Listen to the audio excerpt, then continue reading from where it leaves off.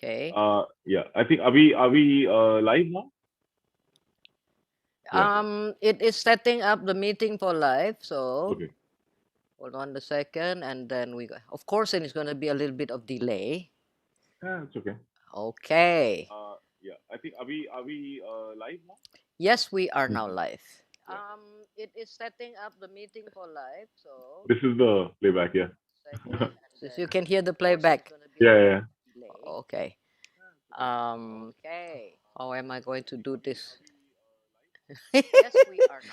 I am still thinking about how to turn off This the. is the playback. Yeah. Oh, mine. I will turn off mine then. Okay. So, welcome to my channel. Actually, this is my private channel. It's not an official school channel. But of course, we're going to be talking a lot about management, about music scene in India, internationally, and so forth. Welcome. And then for those who are watching, or I see, let me see if there is anybody here. If there's no one yet, I can say that welcome. And then this is Arjun Sagar Gupta, a very dear friend of mine. I've known him since 2005, 2005, 15.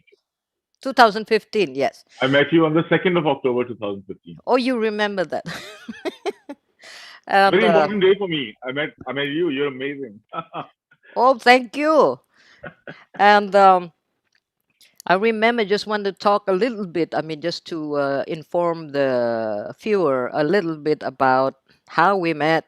When I was in Delhi, I went to Arjun's club, and then just wanted to have a dinner. Just wanted to see the scene and then to look around. And then he asked me to come on stage and play the piano. And then since then we became friends. And I have been performing so many times in his jazz club in Safdarjung in New Delhi, and then also gave some workshops and also private piano classes for one or two students in Delhi. And then now we are going to go right away directly to my questions to you, Arjun. Could you please tell us what is the inspiration and what gave you the idea to open a jazz club which is now entitled The Piano Man? The first one was in Safdar, is now still in Yeah. Safdarjung. Please tell us about it. So, the inspiration was it's interesting. It was never one decision that, all right, let's open it. It was a series of small decisions over 7, 8, 10 years of understanding the Indian music scene. I started performing in the Delhi music scene right after my school years while I was studying in college. And my college education was very different from both music and running a restaurant.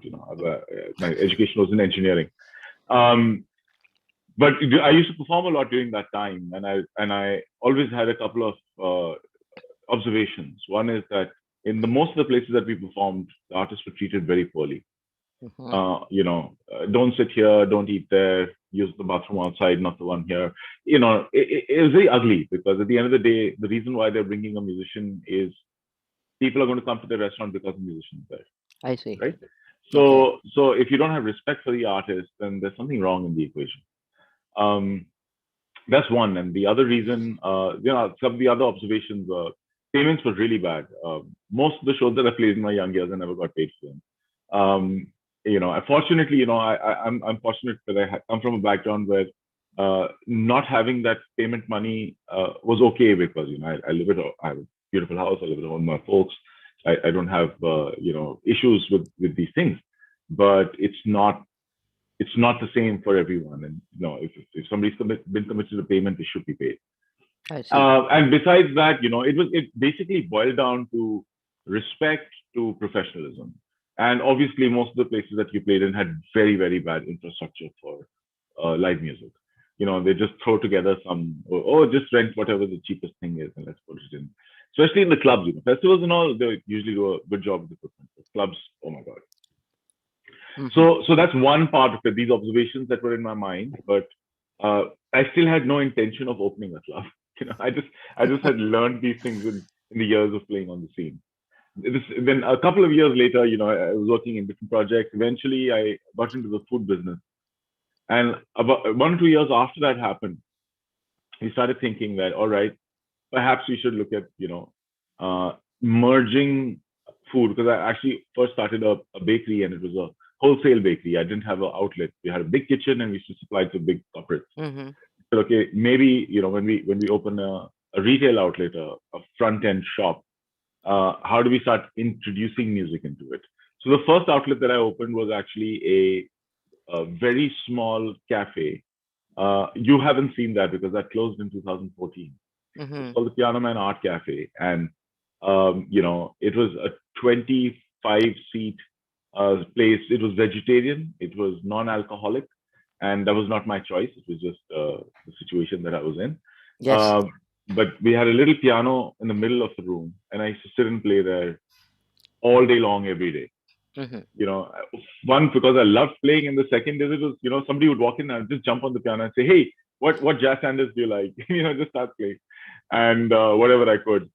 And it was a lot of fun, and it began the reputation of the space that we had built as a music space.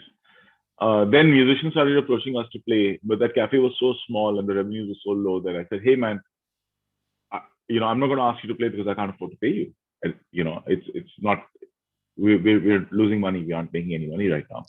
So then the artist would say, "Okay, why don't you charge a small gate fee and just give us the gate fee?" And we started Mm-hmm. doing that.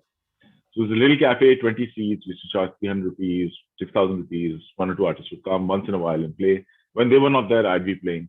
Then I remember on Wednesdays in the evening from 5 to 6, I had a cellist, a Western classical cellist who would play like Bach. And, it was beautiful, that 1 hour a week, of just pure classical music and different things. We started having comedy shows, and we had this British guy, Babak Mosavi, who came to India as a political research student, but he was a very good card magician, and he used to sit and work from my cafe. And I had met him a couple of years earlier in Germany, and so I asked him to take out 5 minutes every hour and do card magic on tables.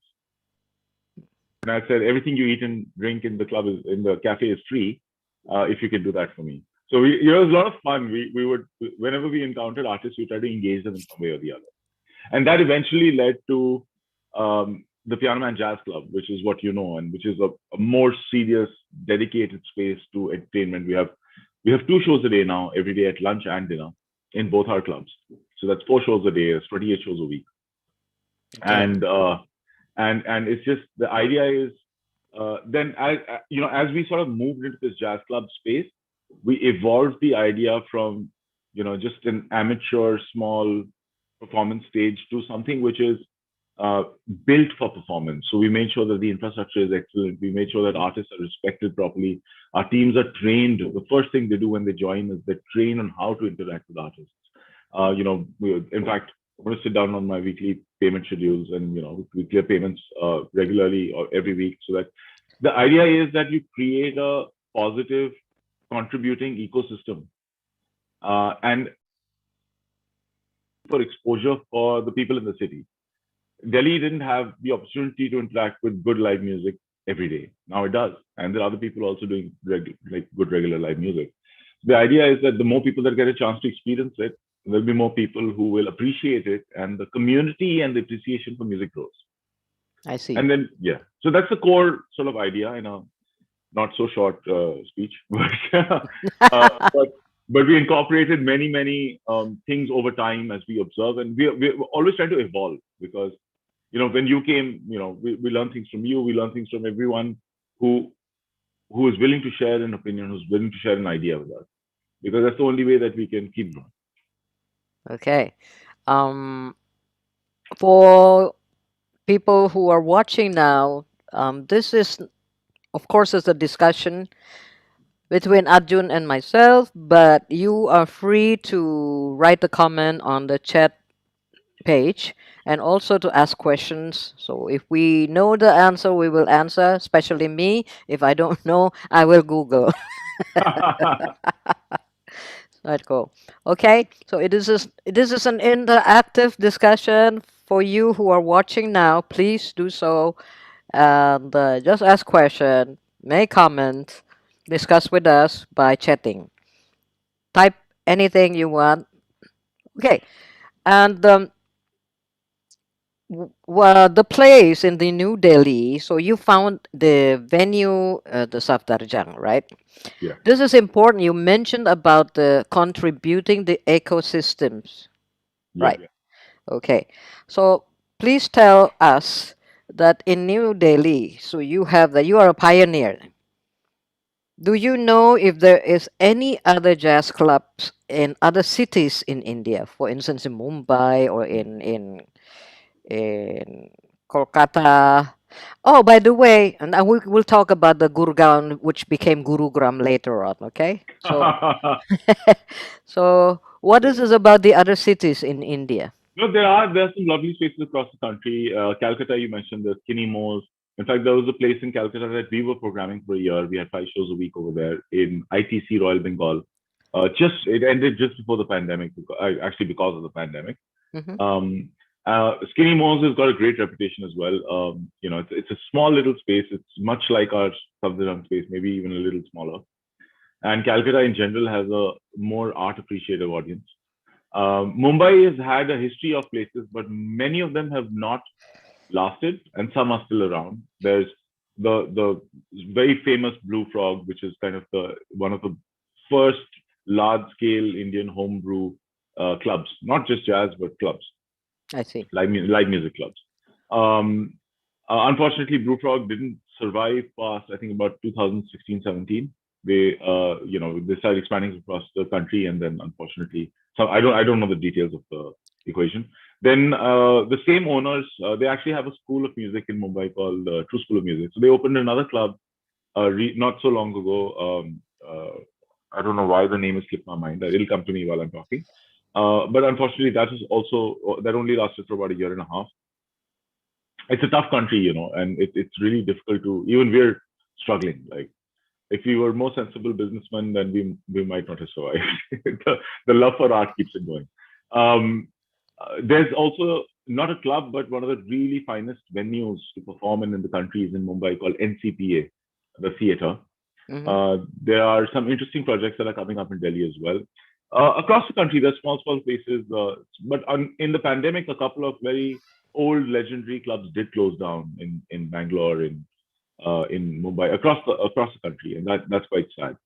I see. Um, but in the format that we work, but you know, exposure every single day, music every single day, liaising with airlines to generate the opportunities to fly musicians down to Delhi from different parts of the country, liaising with embassies to bring in artists from across the world, and just finding artists in our club like you and forcing you on stage. you know, just uh, you know, there is nobody in the country that's working on the format that we are and with the consistency that we are. In fact, right now, right after the second wave, when the clubs opened, we started with shows every single day. Um, you know, so that consistency of exposure is always Arjun, there is somebody here. Is Arita Gupta? there. Just Oh, type your mom, right? yeah. So lovely to see you, Devyana, and I'm very happy that you are watching us now. I hope that you are doing well and fine. Ibu Gupta, that is how we call uh, honoring the parents, like Ibu, which means not Mrs. Ibu actually means mother, but it is a polite way to address someone who is a parent of a friend or who is an official. So we do not say Mrs. So we call it Ibu Gupta, Mother Gupta. Welcome and thank you very much for watching us. And it's an honor. I'm very happy. Great. So we have now some people here. I would like to repeat again for the people who just joined. We are discussing, but at the same time, please do comment, do ask questions, do discuss with us as well by typing on the chat page on the side, on the right side of the the main Video. screen. Yeah. Oh yes, waiting to see you. Lots of love. Yeah, lots of love from me, Ibu Gupta. And then please also send my best regards to your husband. And I would love to come back to Delhi one time.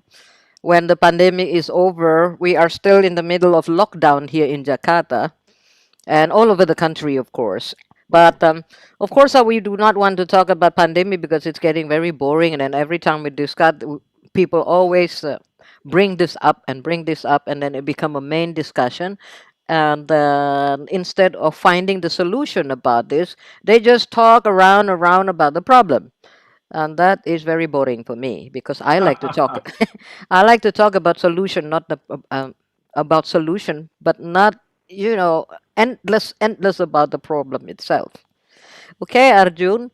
Then, what gave you the idea to open the second club in Gurugram, which was Gurgaon? Yeah.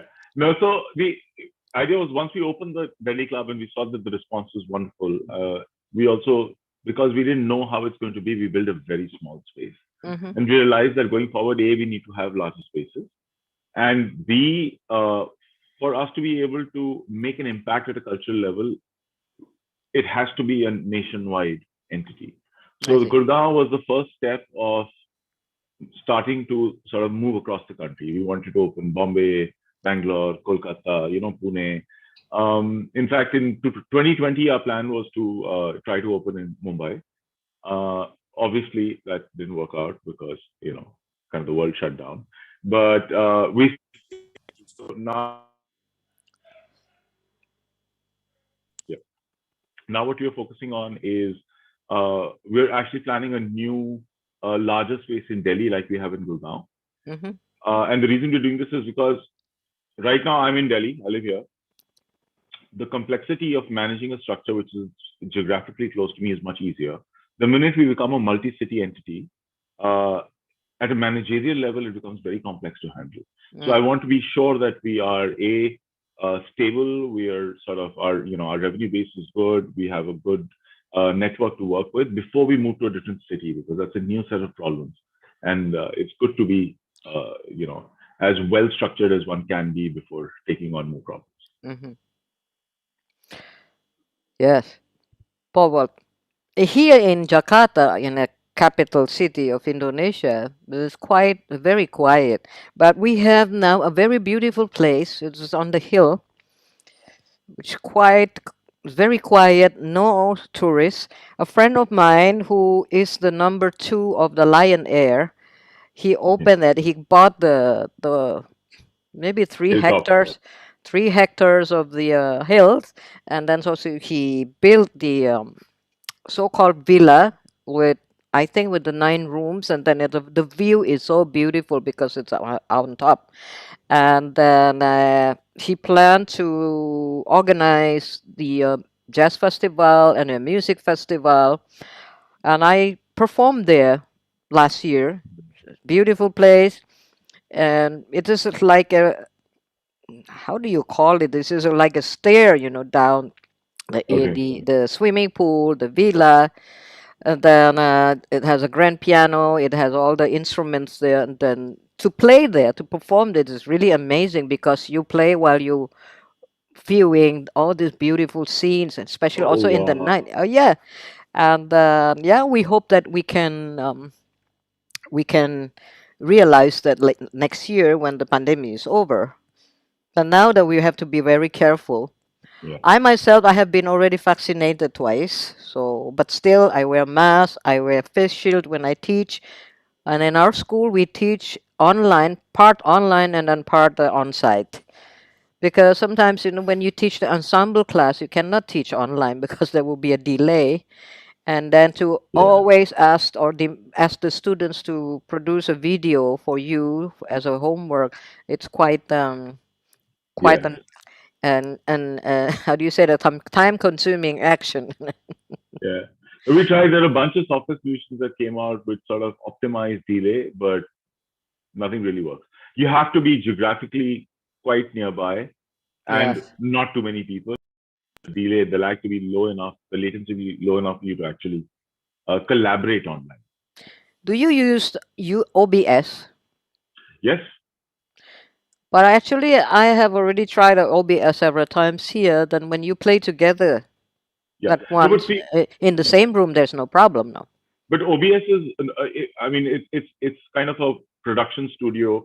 There are other softwares. I'll send you some names. I think Jam Steady, and there's a couple of softwares that are designed for session rehearsals. I'll send it to you. But I've done the research. We tested it out. I tested it out with friends in different cities. I tested it Mm-hmm. out with friends in different countries. The latency is only effective if you're both within the same city to some extent, and you have a fast sort of central server that you're routed through nearby, because it's literally the the physical aspect of the data traveling from you to your server point to, it's that simple. It works down to the basic math. And you need to have it at the 20, 30, maybe 40 millisecond range for you to be able to collaborate. After that, there's a sync error, so there's always a mess. You can't work live together. So yeah, I mean, I we tried it, didn't work. Okay, it didn't work. But then you please send me then I will. the several live streams production Yes, application. yeah, Okay, that's another part. And then so you opened again then your club in Safdarjang and then in Gurugram, right? Gurgaon, Can you yes. just tell me a little bit about, not just a little bit, but of course a lot, about how many people, for instance, artists, well-known artists came to your club. I mean, your club is very, very, very active and very busy. I know that because I used to come to Delhi very often, and then every night there is something, and then a jam. I mean, it's beautiful because in my country now, at the moment, it doesn't happen the way it should be. So tell me how you approach the people, or they just came to your club and then have fun, and then you approach Yeah. them, or you write the It's emails, or how yeah, is it? it's a mix and a match. So in the beginning, it was obviously for the first few months, it was working with the musicians that I had known for the last 20 years. Mm-hmm. Reaching out to them. Mm-hmm. We're reaching out to, for example, there's this French lady in India who's been organizing jazz festivals Mm-hmm. for a decade, Emma Zeka. So I reached out to her, Mm-hmm. and that's how in our first year, 3 months after launch, we had 10 national bands. Her and a couple of other sort of international artists who are coming through the embassies. So it's a combination of everything. There are a number of people who write to us every day on our Google page, on our Instagram page, on Facebook. They send us direct emails. Hey, we want to play, so we ask them to send us their material. We review it. Then there are people that we reach out to. Right now, we're not reaching out to people so much because we have already so many people waiting to perform. Mm-hmm. um, so, and we've also just come up, we are very, very short staffed right now because we come out of a period where we, had no operations going on. So, we're rebuilding our team over the next 3, 4 months, and then we'll take it from there. We're also waiting to see what happens if there is a third wave, if there isn't in India. So we're not going overboard anywhere at the moment. At the same time, international artists, there are international artists that we are connected through by the embassies. There are some who write to us directly that they're coming to India. In fact, I remember there was this unbelievable clarinet player, Joseph Howell, who was stationed in Japan, and he came. He was coming to India for a holiday, and he just wrote to our email ID, and he's like, "Hey, I'm going to be in India over New Year's. Um, I'd love to play." And I kid you not, he was like a John Coltrane on clarinet. He was Mm. all of us, all the musicians who played with him were just like the entire show, our jaws were on the floor, much like when you're performing. It's just like, oh my God, what's happening? You know, and come to the club, um, and we just, we interact with them. You came to the club, I heard you play, and we're like, hey, we have to have you to perform. There are Uh, in fact, recently we had a British singer who was stranded in India because of Corona, and she came for a jam session, and now she's performing. I'm playing with her. In fact, she's performing a few shows. We had a really funny situation once where there was these. I remember it was maybe 3 years ago. 11 tall Brits walk into the club at night at like 11:30. We go straight up to the bar. My manager comes running to me 10 minutes later. So I need you urgently. And I'm like, my God, maybe there's a brawl, which has never happened. We've never had a security issue in our club. Like, It never happens. But it's just my manager came suddenly, and I was like, I don't know what happened. So I went running up, and I went, and these guys just started hugging me, and they're like, we're they were a brass band who were in India, and they're like, we've been looking for good music, and we just don't know where to go, and somebody just told us to come here, and they'd already been to 2 or 3 clubs that night before looking for like good live music and event. That's why they turned up as late as 11:30, and then we started talking, and then I was like, hey guys, I had not, by the way, I hadn't heard them at this point. I was talking to them, and as a musician, when you talk to a musician, you know whether they know what they're talking about at some point, right? A little bit of a conversation is usually enough. And I was like, how about we get you guys in to perform? And they're like, oh, we're under contract and something, and we can't. So I was like, you know what? Let's not do a show. Just hop in at 11 o'clock on a Monday night when you're free. I'll send out a message to our regulars that somebody might be playing, and we'll just see what happens. It was ridiculous. We were at 11 o'clock on a Monday night. People started pouring in. We were full. These guys got on stage and played. I mean, I was in tears. The music was so beautiful. I mean, just to have a brass band in the club is something that has never happened in my knowledge in this country. Similarly, we had a bluegrass band that wrote to us, and like it's the first time I heard live bluegrass music. So a lot of it is also my excitement of just like, yay, more good music. But a lot of it is also the opportunity for, imagine, a 22-year-old kid who's confused about what he wants to do in life, or doesn't have much exposure, which today is tough because YouTube is kind of, iTunes, YouTube, you can hear everything in the world. Comes in and hears a guy playing a banjo, and he's like, oh my God, what is this sound? And that's the point, right? Maybe somebody somewhere connects with something at a level, but they'll never get the chance to connect with it if they don't get the chance to experience it. So our function is very simple: just music all the time, so that Mm. everybody who comes in gets to interact with it. It creates some musicians, it creates some audiences, it just creates a lot of joy. Good. Then there is another person here. Hello, if you're still here, Nadine Adriana. Hello and welcome. I repeat again for all of you who just joined our discussion, feel free to write comment, to ask questions, to criticize us if you want, whatever. As I already said in the beginning, then if we don't know, especially me, if I don't know the answer, I will Google. Okay, then welcome, welcome, right? So, Arjun, another question. Because I've been seeing and then observing while I was in the Piano Man Jazz Club in South Darjang. There are three stories building. This here in Indonesia we call it ruko, rumah toko.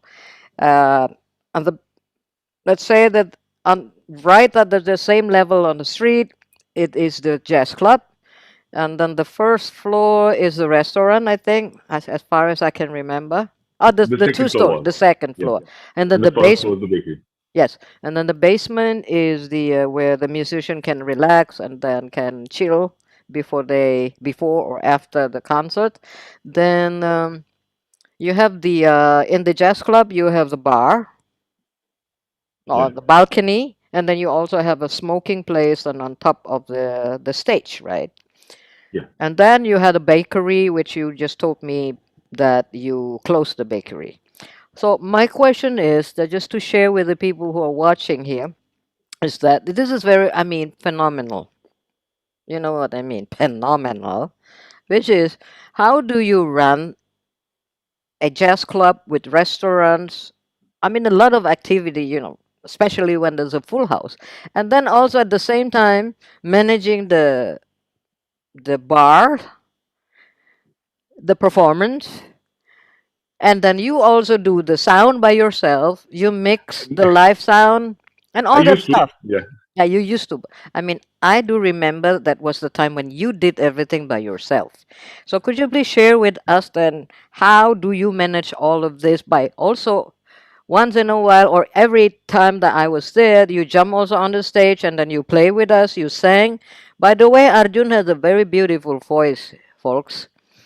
And really, I mean, nice voice, a nice tenor voice, especially when he's saying "love for sale, advertising." So, okay, I repeat that for the people managing the bars, the stage, the restaurants on the second floor, and then take care also of the basement where the musicians can relax and chill, and also contacting the people or welcoming the people and entertaining the people while they are there, mixing the sound. Okay, so this all round gentleman here, please give us some tips or just explain how you manage all of that. So the reason I had to manage all of that is because I didn't have the resources to hire the right people for everything. So I had to do it, and I enjoy doing it, so I never mind doing it. But honestly speaking, it looks a lot like, oh, it's a one man show, but it's not. It's an organizational effort. The place runs, and it takes time to bring your teams up to the space that you need them to be. Honestly, I was working 18 hours a day, which is why I was able to manage that. I don't want to work 18 hours a day. I want to relax a little bit as well. Today I don't work. I don't even think about working. I still work. I love what I do, so I don't mind. But we have great management teams. We have great bar teams. We have great kitchen teams. We have the right people sitting on top of each of these teams, controlling the activity, and then they report to me, and we sit down every week and make our schedules. We have great engineering teams as well now. So like I said, 4 years ago, 5 years ago, in our first year and a half, 2 years, um, yeah, I did run around a lot, and I tried to. I'm also a little bit. And it's not a good thing to be a manager who micromanages, because it really devalues uh, the value of the other person's work, and I've learned that over time. But so I mean, it might seem impressive, but it's actually not a good thing. You have to let everyone in the organization grow into their space, and today they have. Today we have an organization which is much more efficient at what it does. We have people who know how to. So there are times where I'll be unhappy with the sound, and Hmm. I'll still get on the mixer and I'll say, hey, this is what you possibly didn't hear, or maybe you don't know what an upright bass is supposed to sound like. So when you're amplifying the sound, you're creating it, you're coloring it in a different way. So why don't you mute it and you go right next to the instrument and listen to it and understand what it's supposed to sound like? Because at the end of the day, what's the engineer's job is to recreate the sound as transparently as possible to what the artist hears, right? If you're playing the piano, you want the audience to hear what you hear You're when you right. play. Well, I guess because you're Aquarian like me. Well, that is well known that the people with the zodiac of Aquarius are generally very creative. I'm Aquarian as well, so well, I mean, I'm not bragging. It's the truth that well, I like to do a lot of creative stuff. I mean, some of them it's like sometimes you think that oh, what have I done? There's a piece of something that you cannot accept, and then sometimes you think, yeah, I've done something great here. And especially it makes us happy because what we do is to make a lot of people happy. Yeah, That's the one thing, and I really like that what you just said at the beginning of our discussion about the contributing the ecosystem, and then yeah, we called it also here in Indonesia it's music ecosystem, yeah. right? I mean, really, New Delhi is really fortunate, to have your jazz clubs. Thank you. Yes, I wish there would be somebody like you here in Jakarta as well. We can keep like trading places as well, because we need somebody like you in India. So I can come there and set up a club. You can come here and set up a school, and we can keep going back and forth. Okay, there is a comment now. I look on the side because I have a very big Yeah, monitor on my right side. yeah. It's not that I'm ignoring you. No, no, I can see the reflection in your glasses Right, anyway. it's a big monitor. It's a 30, it's the 40-inch screen. Nadine Adriana Jess, how do you keep yourself motivated to make music content in the pandemic situation? Thank you. Really love this talk, she said. This is an Indonesian young lady. She is learning jazz and then she's a pianist. And she's very young. Okay, I repeat the question from Nadine Adriana. This is a very good question. And then Arjun, Mr. Arjun Sagar Gupta will answer this question, which is how do you keep yourself motivated to make music content in the pandemic situation? Thank you. Really love this talk with a big smile. So, So Nadine, there are a lot of people have come and asked me this question in Delhi, a lot of young musicians. And the first thing I tell them is, okay, I'll tell you what I did, but before that, it's okay if you needed the time to not do anything. It's okay to be working hard during the pandemic. It's okay to use the time to work on your personal development. It's okay to just read books and relax. At the same, there's no formula, there's no right way to do it, and something works. You have to ensure that you are in the best of health and you're happy. Now, beyond that, for me, the pandemic was a time to. I actually played very little piano in the pandemic. I used the time to study the one instrument that I've been wanting to learn for 14 years. I bought a trumpet in 2007, and I maybe worked on it very little for 14 years. But the day the pandemic started, I decided I'm going to practice every day.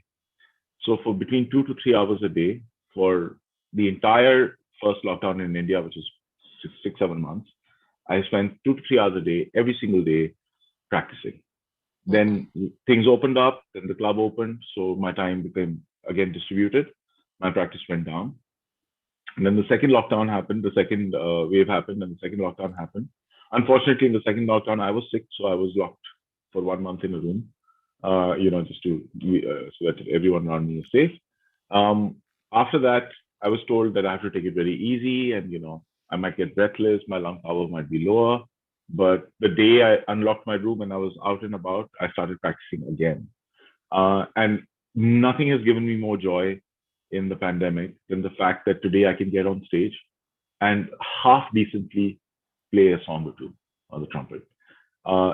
Because I started listening to jazz because of a CD of Louis Armstrong's that I heard. So my introduction to jazz, which I love, was the trumpet. Beyond that, again, I went from 15, 16-hour work days to zero, which obviously I can't deal with. So I had to keep doing something. So again, from the day before the lockdown started in India, we started doing interviews with musicians. So across the lockdown period, I've done about 90 interviews with incredible musicians from around the world, including Viviana, including Aaron Parks, Jason Moran, Gilad Hexelman, absolutely phenomenal musicians, Kurt Rosenwinkel. And the idea behind these interviews was just to explore every individual musician's journey. And for me, it was great knowledge, like just to see the commonalities or the differences in each person's life. Um, there might be some common strains in the American music scene because everyone had a little better exposure to music, or in the European music scene, a little different in the African context, a little different in the Indian context, a little different in the Indonesian context. And it is very interesting. I mean, Divyana's journey is also, I'm sure, very uncommon as a child prodigy. Nobody can really compare to, what you experience. You started very young, if I remember right, Divyana, and you went straight, jet setting on a, crazy trajectory. So a lot of musicians, a lot of musicians started very late in life, and they're doing amazing. In fact, there's a young kid who's been playing at the club in the jam session. He had his first professional show with the Piano Man yesterday. His name's Agne. Uh, he plays the sax, and he came to the jam session. He was playing, and he's young, starting out. Obviously, he's raw on the instrument, but he's good, and he's got a great voice as well. And then yesterday, I found out he only started learning the saxophone 8 months ago, and he's playing full sets and he's improvising and he's sounding great. And I'm just like, wow. Imagine he's at a level where I would expect a 3, 4 year old student to be at a bare minimum, and somebody who works hard, not a 3, 4 year casual student. So it's amazing to see how people have utilized the time. And I know a lot of people who had a very difficult time in the pandemic to be able to address their own, because we're all so isolated in the pandemic, and when you're used to using, the social networks that we have to sort of disengage from dealing with some of your own problems, we have to deal with it. It can be difficult, and it's exactly the same thing I said earlier. It's okay. It's okay for you to take out the time that you need to address whatever you need to address to be in a better space, to be happy. Because whatever you can do productively can only come from when you're content and when you're happy. Well, one can also be productive when one has a broken heart. Yeah, that's true. I mean, I meant it in a different context, but yes, of course. Yeah, yeah, That sure, that sure. that's the channelization of emotion to art, which is critical. It's a critical aspect of art, you know. Good. But Okay. yeah, Just a short answer for Nadine Adriana. For myself, is that a lot of people or everyone on this earth, everyone in this world, they have individual problems. They have individual things that they have to face every day. They have individual jobs. And to answer these questions, motivate yourself and make music content in the pandemic situation, it is very difficult to provide a, let's say, appropriate answer because it's too general, because everyone is dealing with their life differently, exactly. right? But if I may tell a little bit about myself, how I deal with the pandemic situation, actually, I consider pandemic somewhat as a blessing for me, because then I do not consider myself as being forced, to stay put, and then not allowed or cannot or not able to going out, go everywhere just like we used to before the pandemic. So what I do, I'm motivated. So I am not demotivated just because pandemic, and then it's almost 2 years now. So what I do is that I create video content, and the video content, be it funny, be it serious, music content, of course, or discussions like now with you, it's to inspire people, especially the musicians, to share with them that we have a lot of possibilities to do something out of the situation if you are forced to stay at home. Because I do not believe in people who say that they don't know what to do. If you have a smartphone, that means you can check your Instagram, you can check your Facebook, you can check your LinkedIn, Twitter, whatever the application is. So I do not believe in musicians who say that I don't know what to do and I am now jobless and this and that, because if you have a smartphone, you know what to do. Be it selling a fried chicken, for instance. Like us here, we have a small, how do you call it, canteen at our campus. We are not only doing our music, we also send to the people to the food, the delivery. People can order our food in. So I do everything I can in order to take the advantage of the situation and learn something new. Now I am becoming not expert yet. Becoming very good in editing my own video. Yeah, So I'm sitting here alone, my studio in my office. I have a big screen. I have GarageBand. I have Logic Pro 10. I have electric piano with many many sounds. I have Notion to notate the orchestration. I have two laptops here, and then I can talk to Arjun now. This is here live on YouTube. So all the applications, you make the best out of what you possess. And then if you are as a musician, I'm very sure that you are creative. Or sometimes you share or then talk about your idea and ask friends, to make a Zoom meeting and then live YouTube. Oh, many, many things, many, many things I can tell you, Nadine. But I think it would be too long, because actually we would like to know more about what Arjun does, not about myself, right? Okay. And well, Arjun, I think you are a little bit exaggerating when you say that said something about myself and prodigy and so, and I'm flattered, of course, but okay, just leave it. it's. um, I mean, you just have to hear. I mean, one has to hear you play to understand the depth of your knowledge. Yeah. okay, so I would like to also sometimes collaborate with you, not only discuss, which means that you can play piano, I sing, or I play piano, you sing. So we put the video together, and then I will post it then on my Instagrams and all my applications, social media application, because it's fun, and it's inspiring and it's beautiful, and then it just makes people happy, makes myself happy, and then I'm sure it makes you happy as well. Absolutely. Right. And Arjun, how do you manage two clubs at the same time? Please tell us about it. This is very interesting. For many years, I heard from everyone that, hey, the piano man is very dependent on you as an individual person, and there is no way that you can expand. Hmm. And to everyone, I said the same thing. It's the expansion is not dependent on people; it's dependent on systems. And this is the sort of engineering and business side of things where we spent a lot of time working with some very knowledgeable people to develop strong systems and processes Hmm. which allow us to function.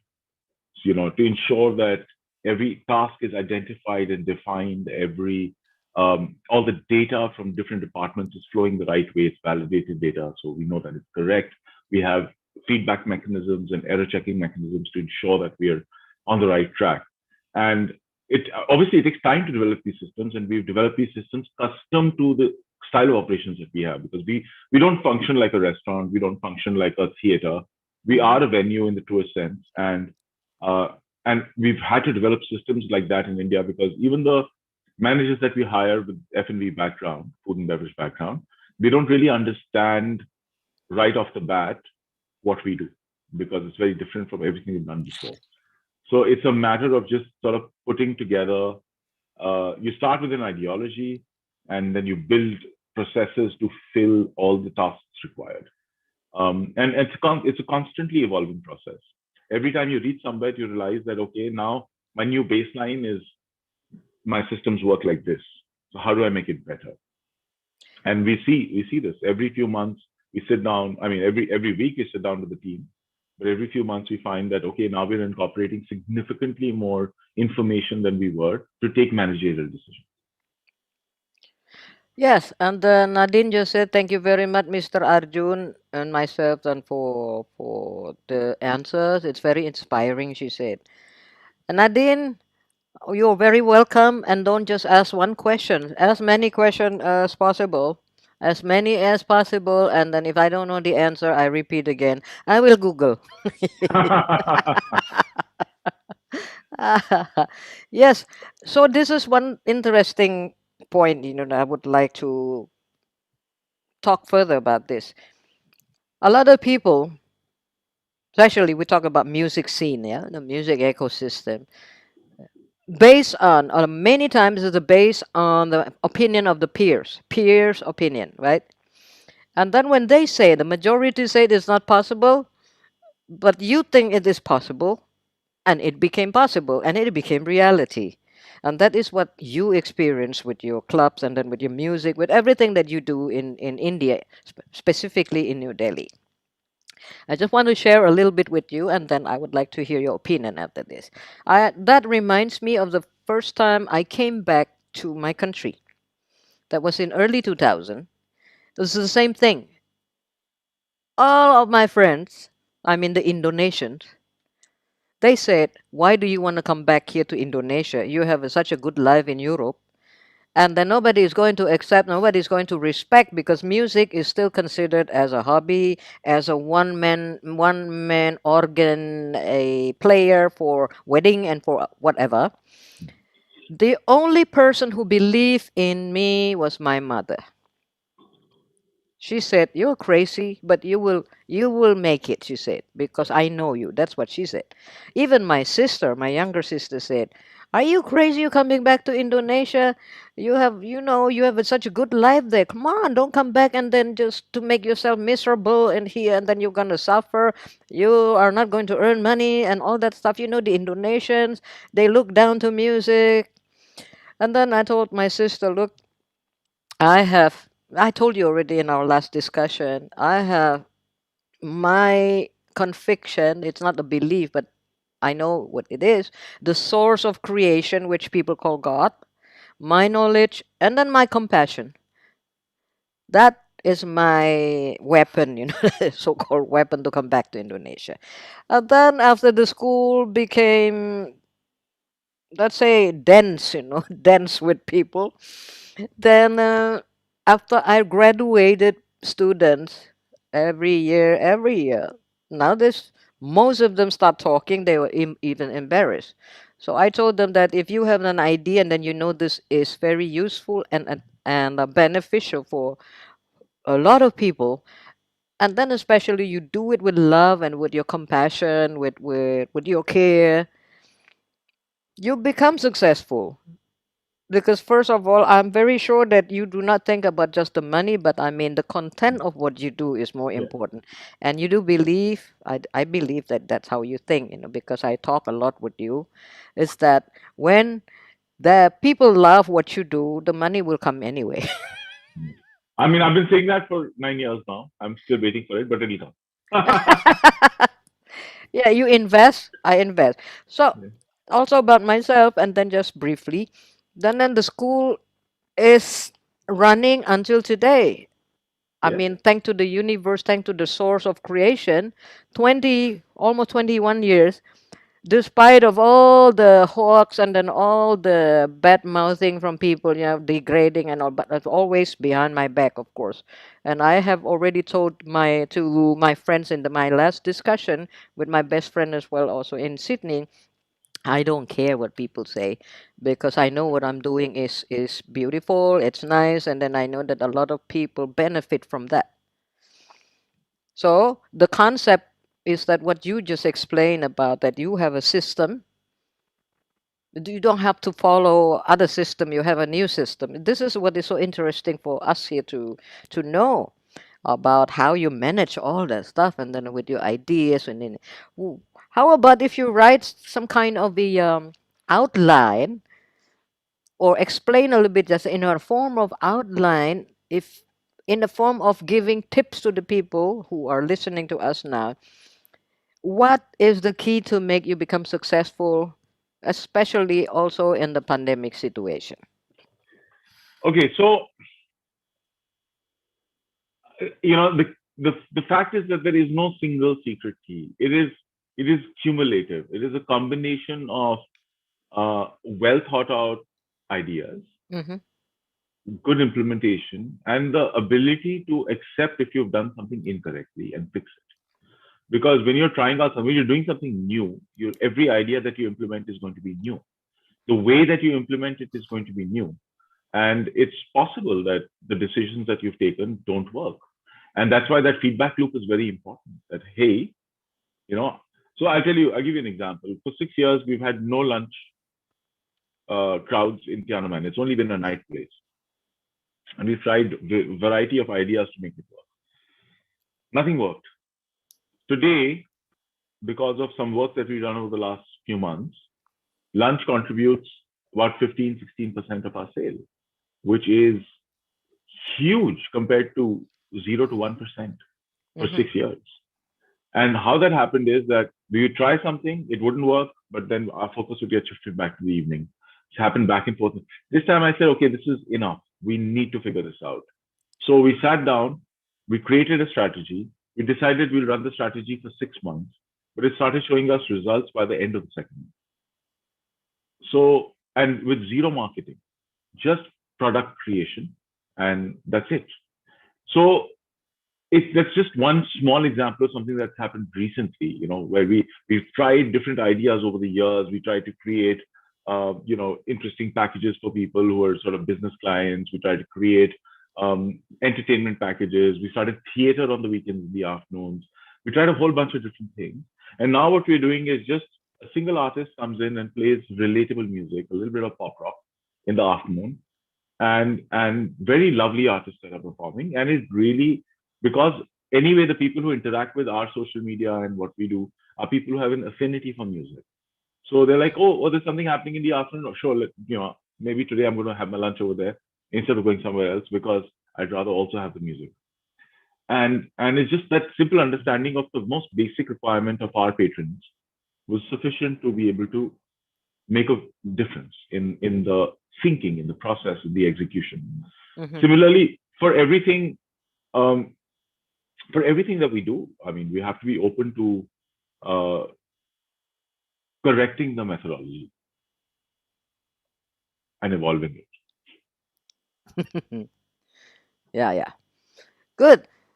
So the combination, accumulation of you try many ideas until you found, yes, this is the right one, and I'm gonna keep it this way. Good. Yeah, but that's what I meant, right? By evolution, I mean that we don't keep anything a certain way.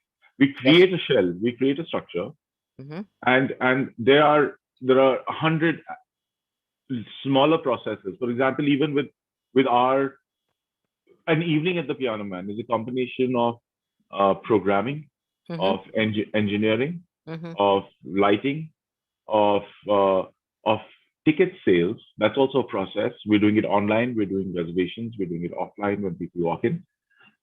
We have the food and beverages, selection of the menu, the selection of how what dishes to put, on what basis do we decide that, what drinks to keep on the basis. So there are so many small decisions to be made, which together create an evening at Piano Man. Now, it could be that we've taken a decision with what beverages to serve, which is wrong, and so the customers that are coming in, their experience is getting affected because one aspect of their needs are not being met. So instead of looking at it like a box, and we're sitting outside the box, we look at it as if we're inside and we see all the components, and we individually analyze the effect of each component and what happens when we change it. What happens when we change the way we program and the kind of music that's coming in? What happens when we change the ticketing structure? What happens when we change the training that our team gets to welcome people, to seat the people? So that is what I mean. And that's why evolution takes place, because over time, as the longer we exist, the more the expectation of the people who come to us will change. And Right. then what aspect of that expectation do we want to meet? And what aspect do we say that no, that's not who we are? Being in India, there's an expectation to say by a lot of people who come to have Bollywood music. But we say, no, there are enough people serving you for Bollywood music. Our function is to serve you for music that you don't get elsewhere. So there are some expectations that we do want to meet, and there are some expectations that we don't want to meet, but we can't take that decision without knowing the expectations. Right. And so that evolution is a constant process. Every time we gather enough data, we make a decision to maybe keep or change something. Yes. And once again, for you who are watching now, just type your comment or ask questions, right? We will gladly answer your question. And I always will always tell you, if I don't know the answer, I will Google. And Arjun, about yeah, to meet the expectation, I completely agree with you because I also heard that many times here in my country, in Indonesia. For example, many people have asked me, why don't you open a subsidiary or another school of Daya in another town and that. So I said, this is an institution which is an academy, and it's just like a university, and a university doesn't open any subsidiary anywhere. And maybe in 5 or 6 years, and if we have only the schools which is only teaching how to play the instrument, Yeah. because music school for me is not just teaching instrument, but music school is teaching the science of music with more than 20 courses, compulsory courses. And that is what a lot of people do not know yet about it. That is why they ask, how come that you play piano from Monday to Friday the for 8 hours in the class? So you play piano 8 hours a day in the class from Monday to Friday. That's what you call study music. No. Courses takes only 45 minutes once a week when you learn from your teacher how to play piano or how to play trumpet. I hope that later on maybe you will give us some example of the tone that you play from the trumpet, Arjun. So then most of the time we do not meet the expectation because they said, why don't you lower down your standards? This is what I hear very often. Yeah. Ibu Deviana, cannot you or lower the standards because a lot of people would like to attend your school, to join your school, to apply, to enroll. And I said, why lower the standard? Because there is no high standard, lower standard. This is the standard. That's what I say. Yeah. It's the standard. So if you want to join our school, then you better prepare yourself in order to meet our standard. But I am not going to lower our standard just to meet your expectation just because you're too lazy to learn. Right. A lot of people are too lazy to think even, and then they just make an assumption, and they think. And I'm sure that you also met that a lot of people now who are so jealous or who are envying you because you are such a brilliant, creative person. I don't. Because we cannot make everyone on this earth happy.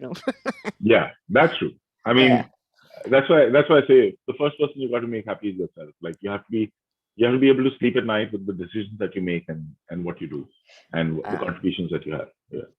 so, but I have a very nice philosophy for myself is that if I love what I do, I'm sure that many people love what I do as well. Not all of them, but many. Yeah. Yeah.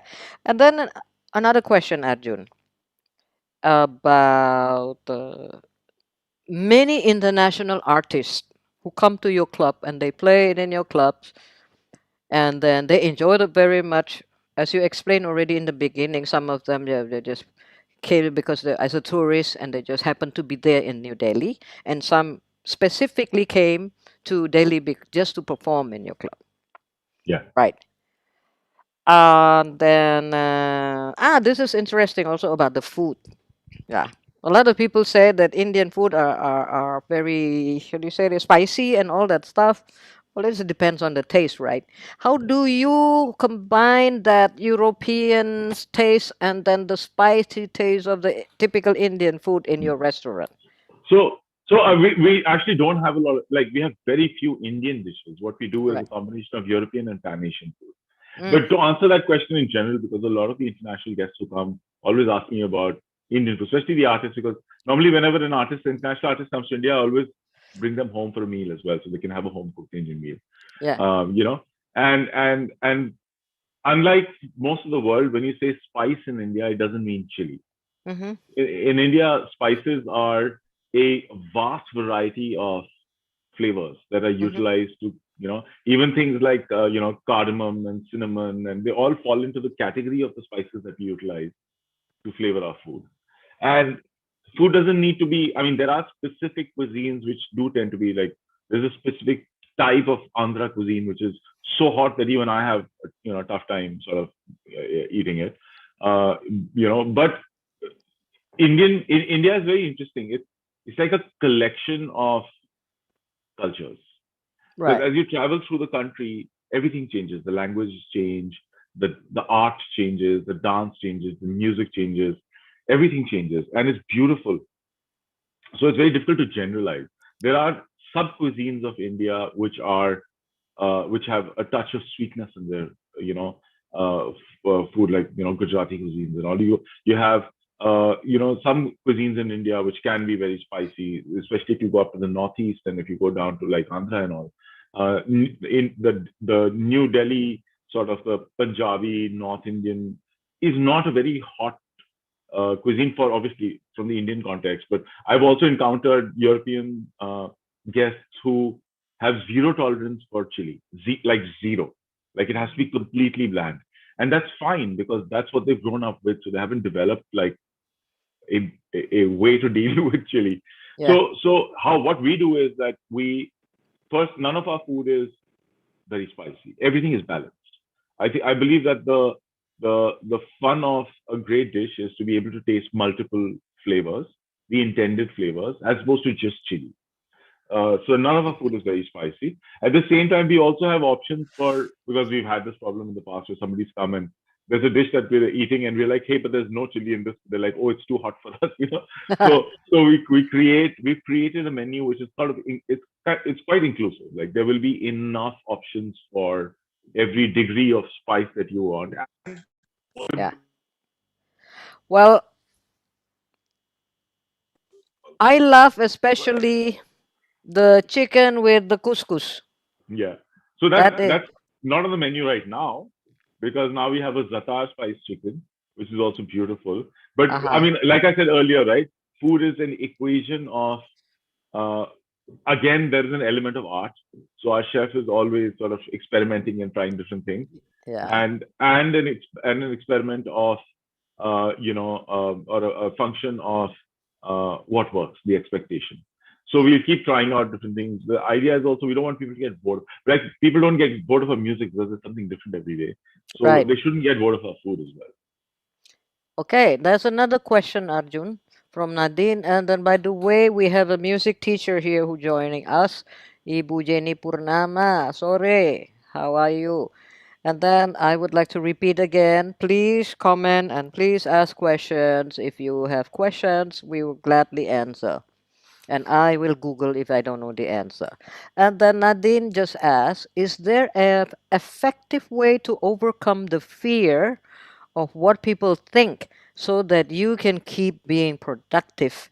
I have struggled with that these days. It will be an honor to hear your solution. So please, Mr. Arjun.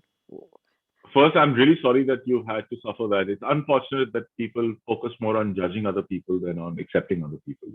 Like Devyana said earlier, the most important word in the world should be compassion, empathy. Uh, I mean, I genuinely don't know. I've fortunately I've grown up so bullheaded that I care less about people's opinions and more about my work. But I think what might be helpful or what might work is a try to surround yourself with people who are compassionate and constructive. Uh, all of us need a nurturing environment to actually be the best version of ourselves. If you have people around you who care about you and who they can criticize you, that's all right. But the criticism also comes from a place of well-being. You can be the best part of yourself. You can be the version of yourself that you love the most, that you yourself can respect. And to be able to find that, I think, is critically important. It's very easy to say, oh, don't bother about what other people say. But if it does bother you, it's very difficult to disconnect yourself from somebody else's opinion. And this is why I say that what might help is to then interact more with people who are positive and constructive. And they're beautiful people everywhere in the world. It's unfortunate sometimes we get stuck in, and we've all been through that. We've been stuck in a collection of people or a crowd of people who might be toxic to our development. So it's difficult, but you need to extricate yourself from that environment, be in a nurturing and positive environment. And I believe that with a combination of that and just focus on developing your own art and your ability, um, can help a lot. I have a very dear friend. I've known him for 15, 16 years now, who struggled with this, who still struggles with this. He finds it very difficult to deal with criticism of his art. And he's a phenomenal artist, but we must always remember that art is subjective. It is okay for somebody to not like a form of art. It is okay for somebody to say, okay, I heard it and I may or may not like it. I am yet to make a decision. And it's okay for somebody to say, I love this form of art. I love jazz. My school friends don't love jazz. You know, it doesn't change the fact that they're still my friends, but they don't listen to this music. And the subjectivity of art is critically important, because if everyone likes the same things, then where is the dynamicism? Where is the excitement? So it's always important to remember that as well. That just because somebody doesn't like something, it need not be a comment, a criticism, or a statement of you or of what you do. It might just be the fact that that specific art form doesn't appeal to their senses. And often, and I always say, this is one of the sort of core ideologies of the piano man. When we talk about exposure, we say, how does exposure actually work? It works by allowing people to sample something. I'm coming into a club and I'm listening to something. When I listen to something, I can have those subjective reactions: dislike, indifference, interest, or love. You know, in a broad scale, obviously, subdivisions of these. If it's dislike, I leave. The venue to change what they do because I dislike. I'm so sorry. I don't expect the venue to change what they do because I dislike it. That's my personal decision. And the venue is doing what is their personal decision. Similarly, you as an artist are doing what is your personal decision. If I'm interested or if I'm indifferent, that's great. That is the future high potential future patron of that art form, because then it's like, all right, let me hold your hand and walk you through what's happening. You know, what is the art that you're receiving now? The minute you start understanding it a little bit, your appreciation is true with everything. The minute you start understanding things or making an effort to read about them or learn about them, your connection with the history and the present of that art form is stronger. There is familiarity, and they say familiarity breeds contempt, but I think familiarity breeds understanding and respect. Um, so that should be your focus. You should identify people who you feel are indifferent or maybe slightly interested, and educate them, not in a casual way, that in a polite and casual way, because not everyone might want to be educated in a classroom, and say, this is what I'm doing, and why don't you take out 30 seconds or 2 minutes or 5 minutes and allow me to explain why I've done what I've done. And the minute you get that validation, and in an ideal world, we wouldn't need the validation, but we are all social animals. We do need validation, right? All of us are happy when somebody comes to us and says, hey, you're doing a good job. And that might create this sort of positive spiral of confidence. But I don't know. I mean, these are just the thoughts that come to mind from my own experiences, from my observations, and I hope some of it is relevant to you. Good. So my answer is to your question, Nadine. I think that if we learn a song or we practice the piano, I mean, you play piano, right? If we practice the music instrument based on our mindset, which is, I'm going to play this to impress people. I'm doing this because I want to impress those people. So you are focusing, you're practicing, and you're learning based on what other people will think about my art or my music. And I think that is not the right way to learn music. The right way to learn music, well, pardon me because I'm a music teacher, so I talk like the way the music teacher would not. If you focus more on the music itself, and then you learn other scales and what makes you happy, and what you hear, this is beautiful. Naturally, there will be some people who love your art and some people who dislike your art. It doesn't matter, just forget them. Because as I said, that you cannot make everyone on this earth happy, like what Arjun said before. So you have to change your mindset. You learn music to make you happy, and one day you make people happy with your music. But if you keep on learning something in order to impress, to show off, and that is a lot of young people, they're doing this. They practice like crazy in order to think that tomorrow I'm going to show those people that I can do this. That is a wrong way of thinking, because you never get to the mastery of, or let's say, the artistry of music, because you are so depending. You are so dependent on what other people say, the opinion of other people, which means you will never come to your true self, which is yourself, the truth self, your true music. Everything is from the outside, it's not from the inside of yourself. I personally, yes, once in a while, maybe very rarely, react to bad criticism about my music. I just ignore it if it is being said in the very crude way or in a very impolite way, which is not in accordance with decency. I ignore. But if somebody criticizes me, well, for instance, my mom, well, I listen to her because she meant it well for sure. Or sometimes even my sister criticized me. I don't like the song that you play, she said.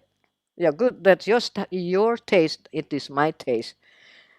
And I said, just don't listen to my song. Then if you don't like it, that's it. Just don't listen. And a lot of people, the criticism comes from one who means well, and the other one who are jealous. And most of the people who do not understand music, they are entertainment listener. So if you hear it's not a critic, it's actually a tip or an advice or recommendation from someone who is a music expert. I mean, expert in the way of know how to teach and know how to play and know how to give example, then you listen to the person. But don't listen to the vast majority of the people who like to ta ta ta ta ta ta, nyam nyam nyam nyam here, nyam nyam nyam there, and they themselves cannot even play music. They just don't like or dislike. So Nadine, long and short, focus more on your music and don't forget about what people will think about myself. This is not the way you learn music. Focus, focus, focus on what makes you happy. If you want to play modal interchange, it makes you happy. Play the modal interchange. Play a lot of all blues or Miles Davis stuff. You should learn also to play the seven steps to heaven. With the left hand. Ding, ding, ding, ding, ding, ding, ding, ding, ding, ding, ding. So that is my answer. Focus on yourself and develop your art, and ignore what people will say. They will say anyway when you give concert. It doesn't happen yet, so right? Okay, so we have another 10 minutes to go, and then I want to ask the people who are watching here, do you have any question? If you have any question, please type it now because we are going to finish our discussion in about 10 minutes. If you do not have a question, I am not going to Google. Okay. And my last question for today for Arjun. It's not a question. Yeah, well, actually, it's a question. Would you please give us some tips on how, because we have a class here, they just started the compulsory course, which is performing arts management. So I invited them today to join and to listen to our discussion. Because this is very important also for their essay and then for their experience. To listen to also to listen to someone who is not here in Indonesia, the one who has a club. So please give us some recommendations, some tips of how do you manage two jazz clubs with the restaurant, with everything that you have inside there. And then there are so many people like international artists coming to you. For instances, like the late Chicoria and the basis of Larry Coriel or Philip Catherine. Many people who came to your club to play and to perform. And I also perform in your club very, well, let's say many times. So please. All right. So from the artist perspective, to manage the calendar for two clubs, to manage 28 shows a week, um, and it's all done by two or three people. Like we don't have very large teams to do this. Again, it all boils down to strong systems. So we firstly, at a data management point of view, we make sure that we catalog all the artists that write to us properly, and we're constantly improving the way that we're databasing it. So that becomes easier for us to handle it, and somebody new joins the team can understand it faster.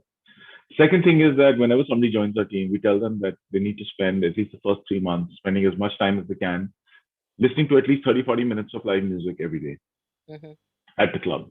That way, they start understanding the artistic scene. They start understanding who does what is the level of their, excellence or mastery of the instrument. Then we try to create metrics on how we can gauge, stagecraft, how we can gauge musicality, how we can gauge technical ability. These become very important aspects to sort of actually being on stage. Um, then what we do is we develop strong communication tools from our side on information that goes out to artists. Communication flow for every organization is literally the most important thing. So here is a long story short. When we are doing artist management and we have to fill up so many dates, it is a yes. combination of all these factors that come together to be able to create an efficient and fast calendar. Another thing that helps us a lot is a buffer. So pre-COVID, we used to have almost 2.5, 3 month buffer, which means that today we would be programming a show which was more than 3 months ahead. And the reason why that's helpful is because it gives you time. Right? It gives you time to think. Mm-hmm. Um, right now, even today we managed at least a 1 month buffer, so that right now we're programming October, not September. And the reason is that because September is ready, all my graphics team is working on it. And by my graphics team today, it's just one person again. We're sort of reduced our staffing for the moment. But that's exactly what he's doing. All the information, we have a control Excel file. The control Excel file tells which department has to start working on which show. So once the Mm, programming is done, then the artist manager has to ensure that the creative content for the artist, the write-ups and photographs, have been taken and put into our database.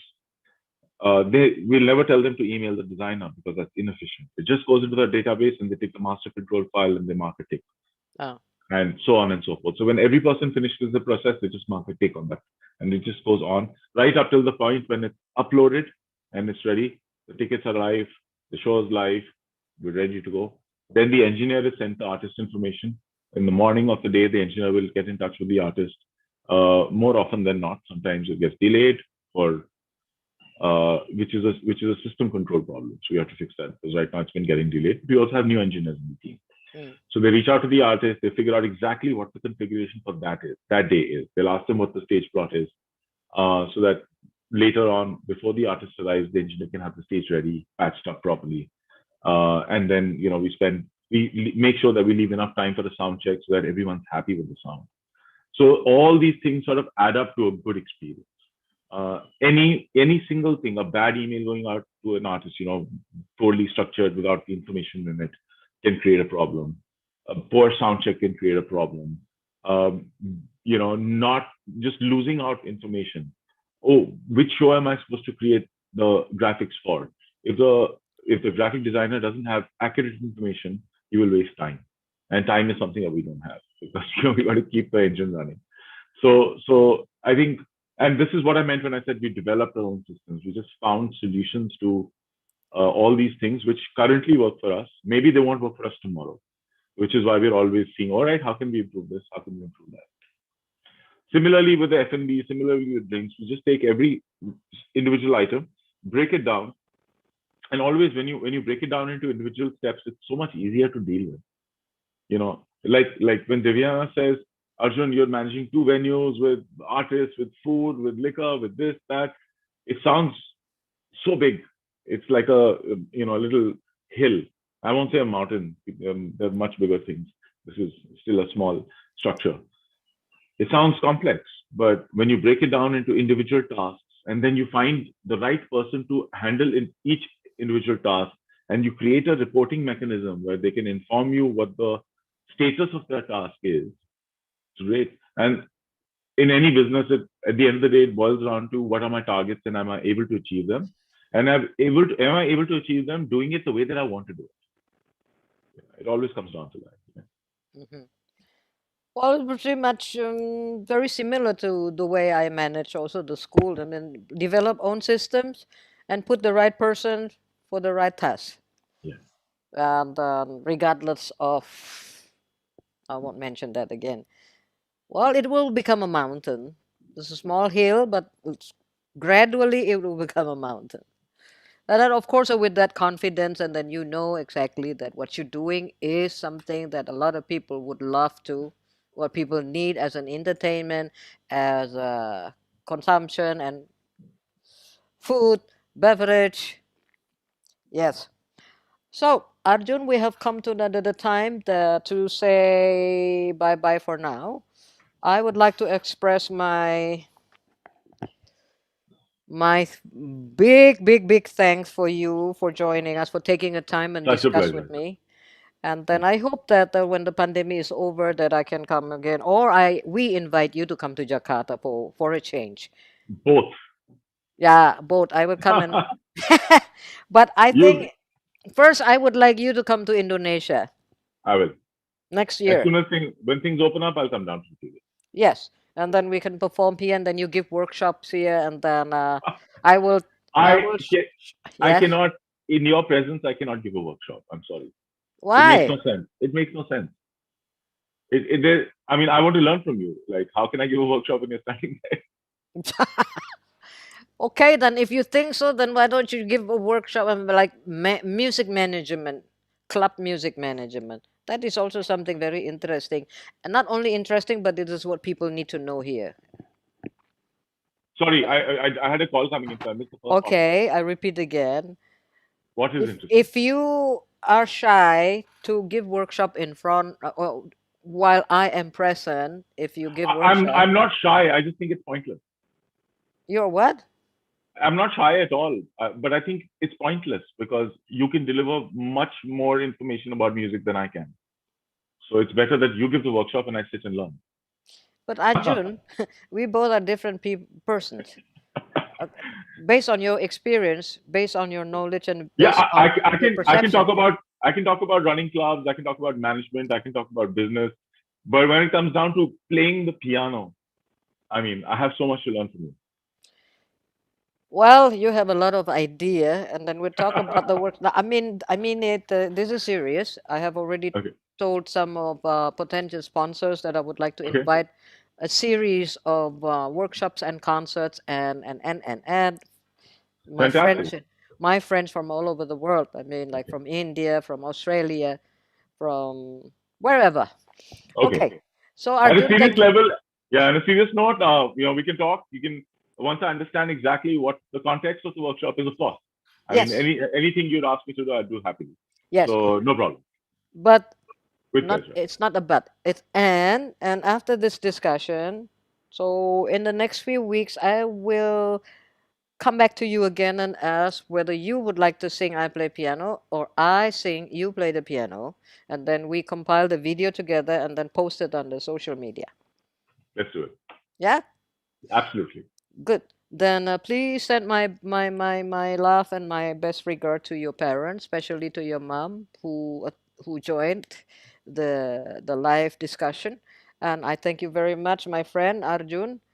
And Thank you. then thank you also the people who are watching. Thank you, thank you. And then have a nice weekend. And then stay healthy. And see you later. Yes, I hope to see you very soon. And it's lovely to see you online. It'll be even better to see you in person. And yeah, take care and see you. Okay, you too. Take care. I'm going to end the meeting now. I'm going to end. So see you later, Arjun. Bye for now. Bye.